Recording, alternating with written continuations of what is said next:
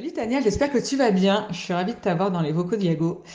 Aujourd'hui, on va parler de communication fréquente et honnête avec les candidats et tu vas nous raconter l'expérience que tu as menée quand tu n'étais pas encore à l'école du recrutement, mais que tu étais recruteuse dans un cabinet.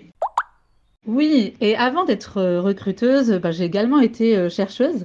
J'ai fait un doctorat sur la thématique de l'expérience candidat et notamment sur qu'est-ce qui fait qu'un process peut être perçu comme étant juste par un candidat et ça même lorsqu'il a un non. Et c'est un peu dans encore dans cette idée d'explorer et de tester dans l'application que j'ai mené cette expérience où j'ai voulu appliquer les deux principes importants de la justice, qui sont le fait de donner des informations et plus particulièrement des explications tout au long du process, et le fait d'être honnête, d'être le plus honnête possible avec ses candidats. Trop bien. Et concrètement, est-ce que tu peux nous expliquer qu'est-ce que tu as fait, combien de temps ça a duré, etc.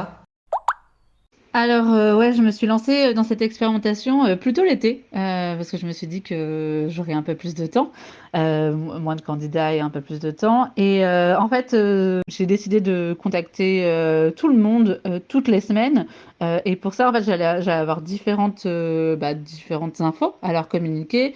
Je pouvais très bien leur dire que j'avais pas encore eu le temps de regarder leur CV. Voilà, juste leur dire ça. Des fois, ça donne déjà une information de d'où on en est dans le process. Je pouvais aussi leur donner, ceux qui étaient un peu plus avancés, la prochaine date laquelle j'allais échanger avec les ring managers ou le client. Et aussi, j'allais vers, c'était pour respecter plutôt la règle de l'honnêteté, être très transparente sur ce qui se passe en dehors du process. C'est-à-dire que j'ai déjà écrit des mails pour dire que j'avais sélectionné d'autres candidats à avoir un entretien et que ces candidats, je les avais sélectionnés parce qu'ils avaient telle compétence, telle compétence, telle compétence en plus. Et que ça voulait pas dire que leur candidature à eux était pas intéressante, mais qu'en fait j'avais fait une priorité. Donc j'allais dans ce niveau d'honnêteté.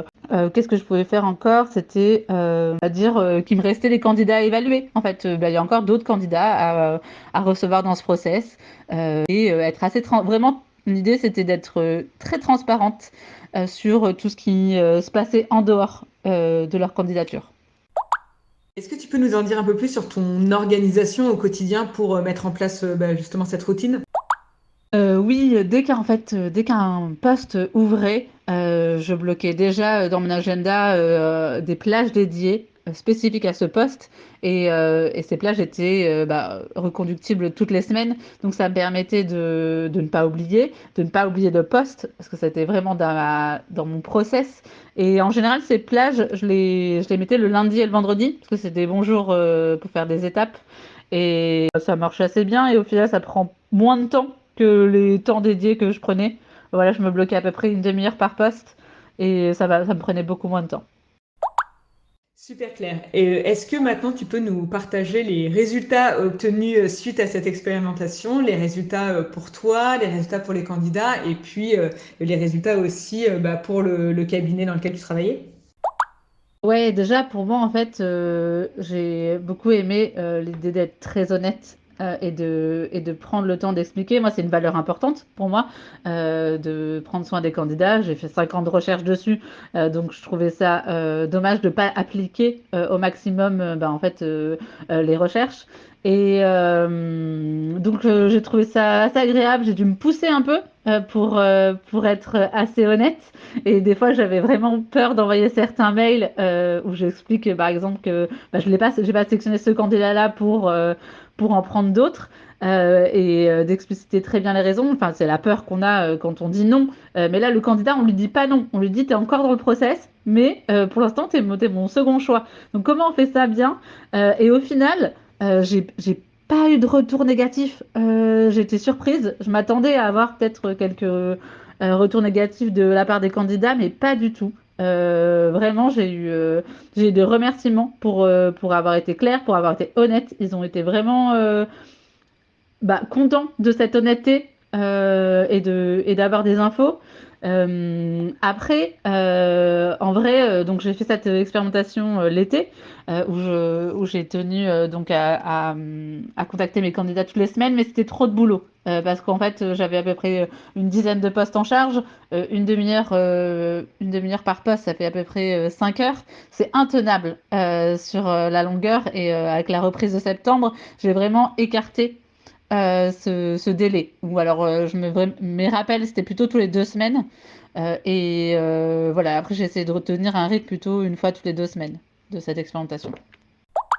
Après, un autre gros avantage que j'ai senti, c'est que je trouve qu'en fait, en tant que recruteur, on est beaucoup le bouclier de notre manager à le protéger, à essayer de donner des excuses au candidat parce qu'en fait, bah, on n'a pas de réponse de sa part à notre manager. Et ça, j'ai aimé l'idée parce que j'ai été vraiment très honnête lorsqu'un manager me répondait pas et qu'il était injoignable. C'était des informations que je communiquais au candidat. Et moi, j'étais beaucoup plus à l'aise dans mon travail, le fait de ne pas devoir cacher les comportements bah, de mon manager. Et au final, avec tout ça, bah, en fait, j'ai pas fait fuir de candidat. Personne n'a arrêté le process ou est parti à cause des informations que je lui donnais. Au contraire, moi, j'ai senti plutôt que ma relation avec eux se renforçait, que j'avais vraiment un lien un peu plus profond avec eux, grâce à cette honnêteté, qu'ils pouvaient eux-mêmes aussi être un peu plus honnêtes. Voilà, en termes de résultats, c'était bénéfique. Trop cool. Merci Tania d'avoir partagé ça avec nous et puis à très vite.